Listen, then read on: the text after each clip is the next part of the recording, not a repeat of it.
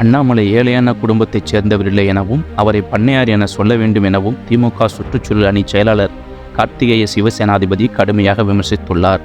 கோவை பீளமேடு பகுதியில் திமுக சுற்றுச்சூழல் அணி செயலாளர் கார்த்திகேய சிவசேனாதிபதி செய்தியாளர்களுக்கு பேட்டியளித்தார். அப்போது பேசிய அவர், 2021க்கு பிறகு முதல்வரின் திட்டங்களால் தமிழ்நாடு முழுவதும் மக்கள் அச்சமில்லாமல் போராட்டம் நடத்த வேண்டிய சூழல் இல்லாமலும் வாழ்ந்து வருகின்றனர். தமிழ்நாட்டிற்கு அரணாக திமுக ஆட்சி இருக்கிறது. பாஜக ஆட்சியில் 10 வருடங்களாக தென்னிந்தியா வஞ்சிக்கப்படுகிறது. அண்ணாமலையை பாஜக பொருட்டாக எடுத்துக்கொள்ள வேண்டிய அவசியமில்லை.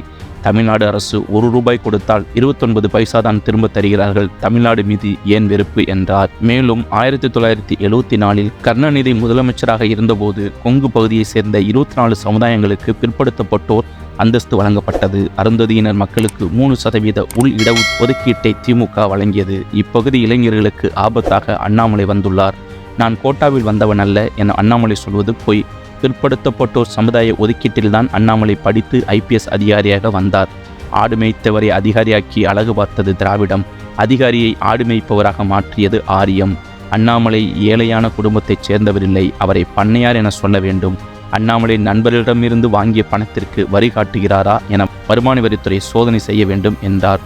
தொடர்ந்து பேசிய அவர், வருகின்ற மக்களவைத் தேர்தலில் 300க்கும் மேற்பட்ட இடங்களை பிடித்து இந்தியா கூட்டணி வெற்றி பெறும். அண்ணாமலை வண்டி டெல்லிக்கு போகாது. இங்கு தாமரை மலரவே மலராது. மோடி ஆட்சி முடிவுக்கு வரவுள்ளது. பாஜக மனிதகுல எதிரி என தென்னிந்திய மக்களுக்கு தெரியும். வந்தாரை வாழ வைக்கும் தமிழ்நாடு பாஜகவிற்கு வாழ்வு தரமாட்டார்கள். பாஜக ஆட்சிக்கு வந்தால் இப்பகுதியில் உள்ள ஆயிரக்கணக்கான தொழில் நிறுவனங்களை இழக்க வேண்டியிருக்கும். திராவிட கட்சிகளுக்கு 85% வாக்குகள் உள்ளது. 15% திராவிட எதிர்ப்பு வாக்குகள் உள்ளது. திராவிட சித்தாந்தத்திற்கு எப்போதும் ஆபத்து வராது என்று அவர் தெரிவித்தார்.